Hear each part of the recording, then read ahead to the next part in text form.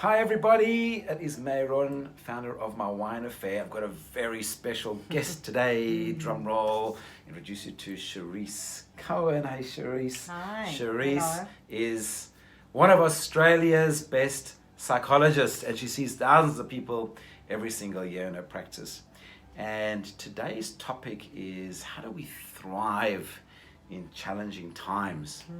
And we're going to have a little debate because we've really termed this wisdom or wine. Which one are you going to go to cope better? I'm of course going to be on the wine side, and Sherisse is going to be on the wisdom side. So let's kind of see how we go with that.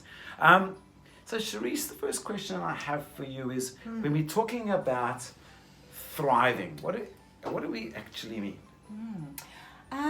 Look, thriving means different things to different people.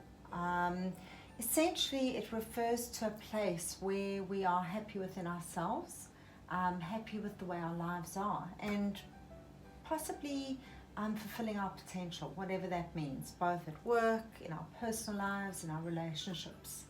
Well, you see, I already feel I fill my potential. If I come down here and I really open something that I really love, for example, I really feel that I'm fulfilling my wine potential. And maybe if I have a few bottles of wine, I feel really marvelous that I'm kind of thriving. Is that not such a good thing? Well, no, it's not good or bad. I suppose it comes down to what you value. And getting hooked into one value in our life, fulfilling one value is probably not that helpful. So for example, we might have a multitude of values. Your wine may fulfill the value of fun, for example.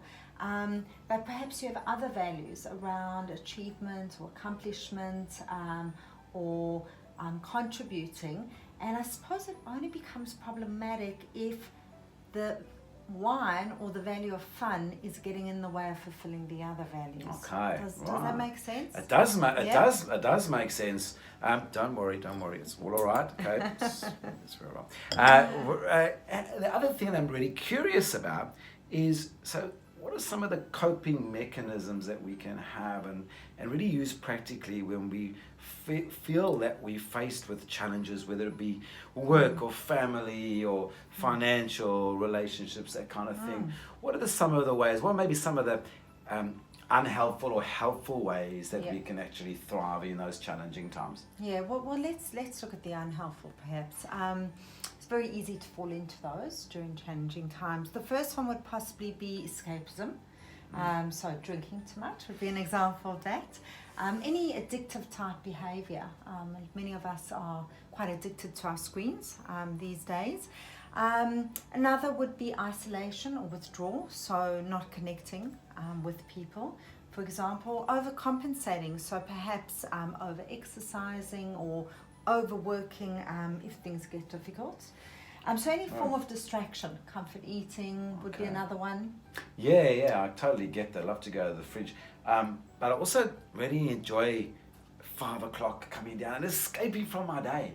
And to really just go, you know what, I'm so forward to my wine, or what am I going to open tonight, and I get all excited because that's part of my day, and I escape to that. So guys, I don't know which way you guys are going, but I'm not sure if Sherisse is going to be happy with my escapism way. Yeah, look, I think there are other ways to escape that are potentially healthier. So for example, meditation is a magnificent way to escape. Using the breath, finding that equanimity when things are feeling quite chaotic or disordered in our lives.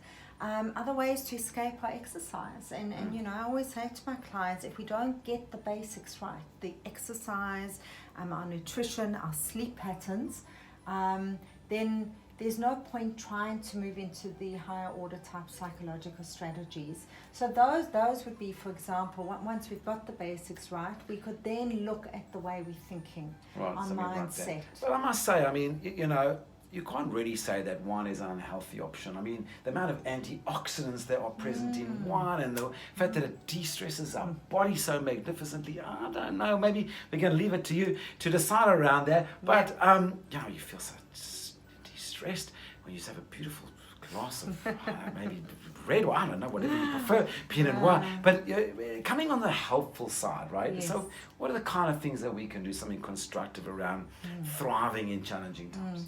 Well, I think the first step is to consider the way you're perceiving the situation. So if, for example, we are interpreting a situation or looking at it as a challenge or a crisis, already immediately our body goes into a fight or flight response, and so does our mind. So perhaps recognizing that life is full of challenges and they are great growth opportunities. In fact, we often look back and say, gosh, I'm really grateful I went through that because I developed these skills or developed more resilience. So that would be the first step. I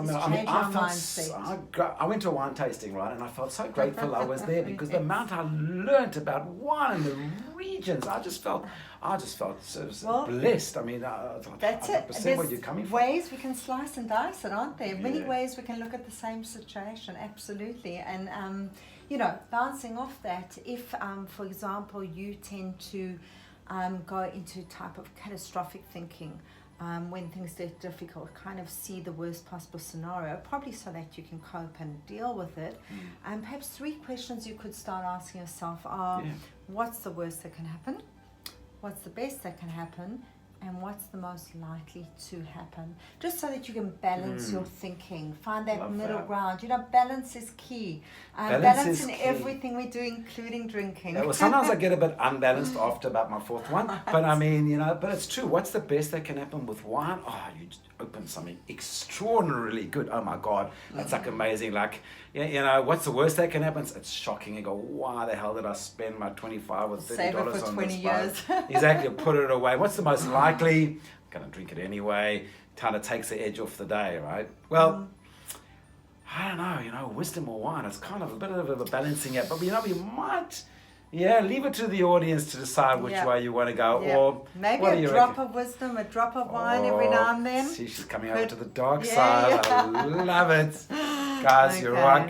Thank you so much, Sherisse. You're so welcome. All awesome the best. wisdom. Thank you so much. Guys, till care. next time. Take it easy.